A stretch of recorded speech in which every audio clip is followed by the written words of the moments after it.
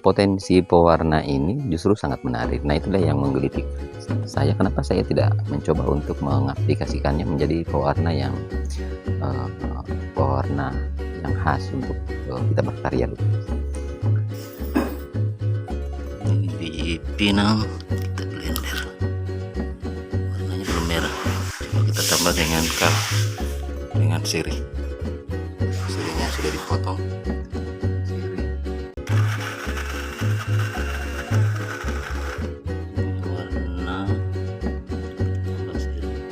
Menjadi agak kekuningan ya. Masukkan kapur.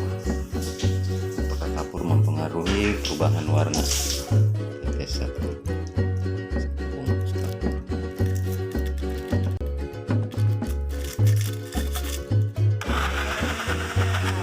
Ini setelah kita tambahkan kapur, jadinya warnanya seperti ini. Ini beberapa perbedaan warna. Ini yang terakhir lebih ke kuningan ya.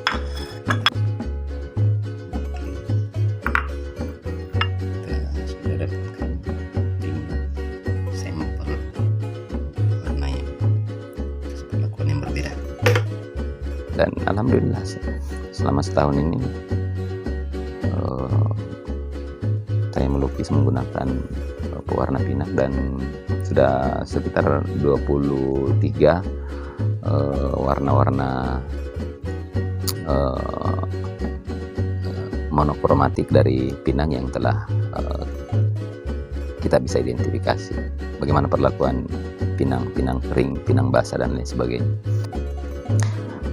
Memang terkendalanya bahwa warna pinang itu hanya menghasilkan warna-warna analogus saja, warna satu kerabat ya.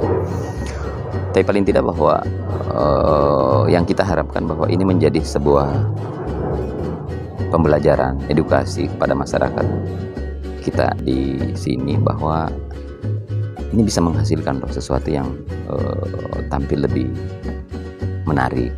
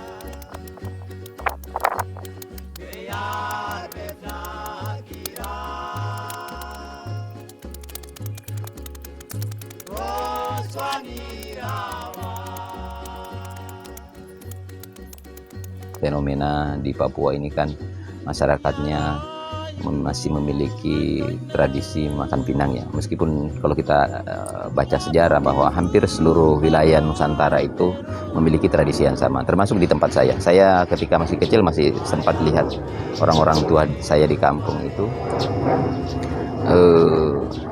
mengunyah sirih dan pinang. Tapi di tempat kami itu orang-orang tua itu memiliki tempat ya, jadi ada wadah pinang, wadah ludah ya, disempatkan ya, jadi semacam nampan lengkap satu set begitu. Permasalahannya di Papua bahwa wajah kota itu justru kelihatan jorok. Kendala terbesar saya pikir masalah itu.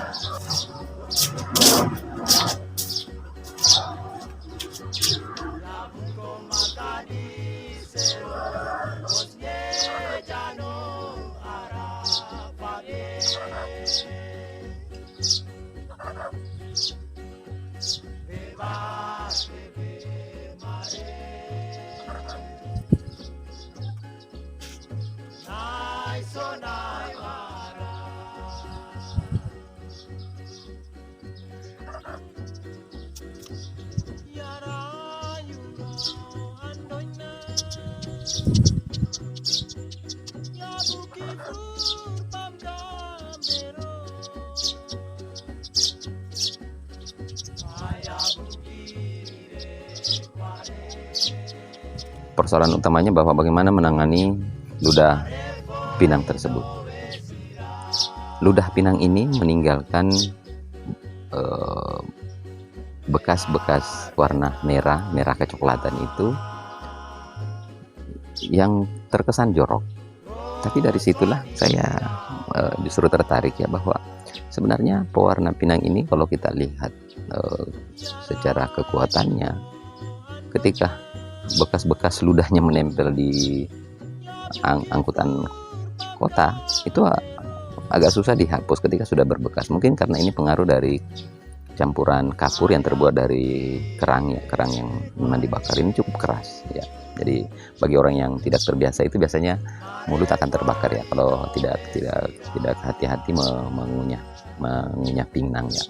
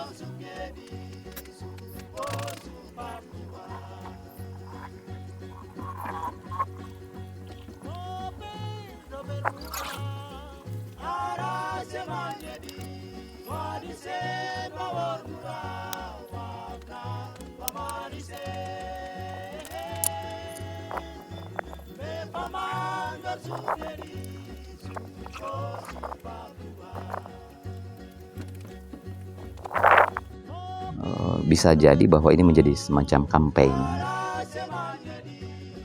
bahwa silahkan tetap budaya ini dipertahankan, kebiasaan ini dipertahankan, makan pinang, tapi bagaimana penanganan terhadap limbah-limbahnya, bagaimana tidak harus kita mengotori lingkungan kita dengan meludah sembarangan dan lain sebagainya.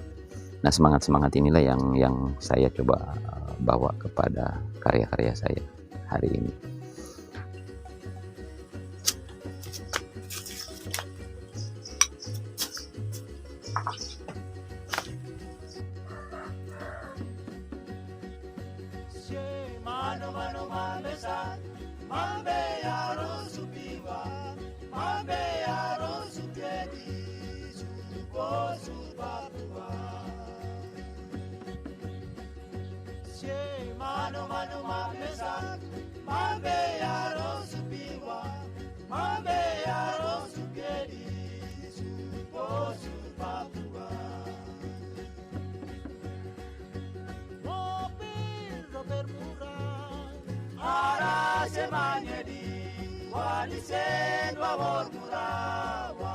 Saya pernah bertugas di wilayah pedalaman.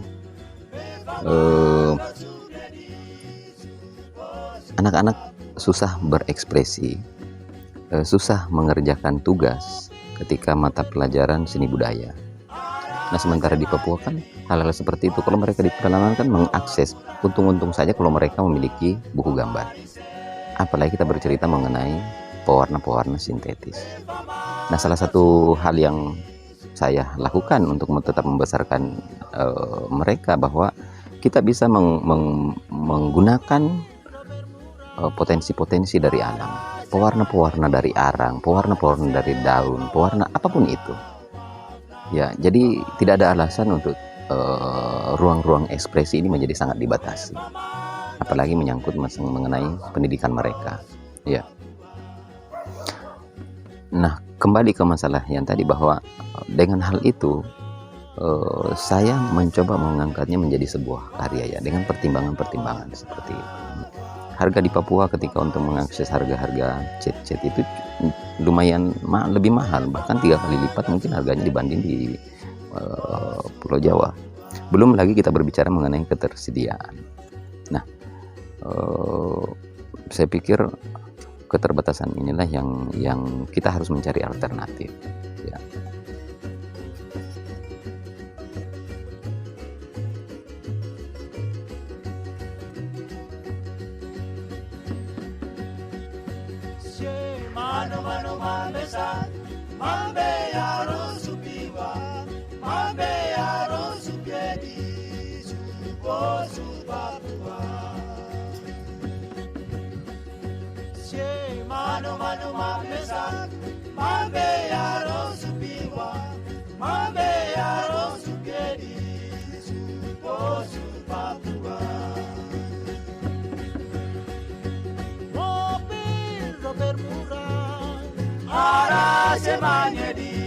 Walisen wawor murah warna pamarisen befaman sudah di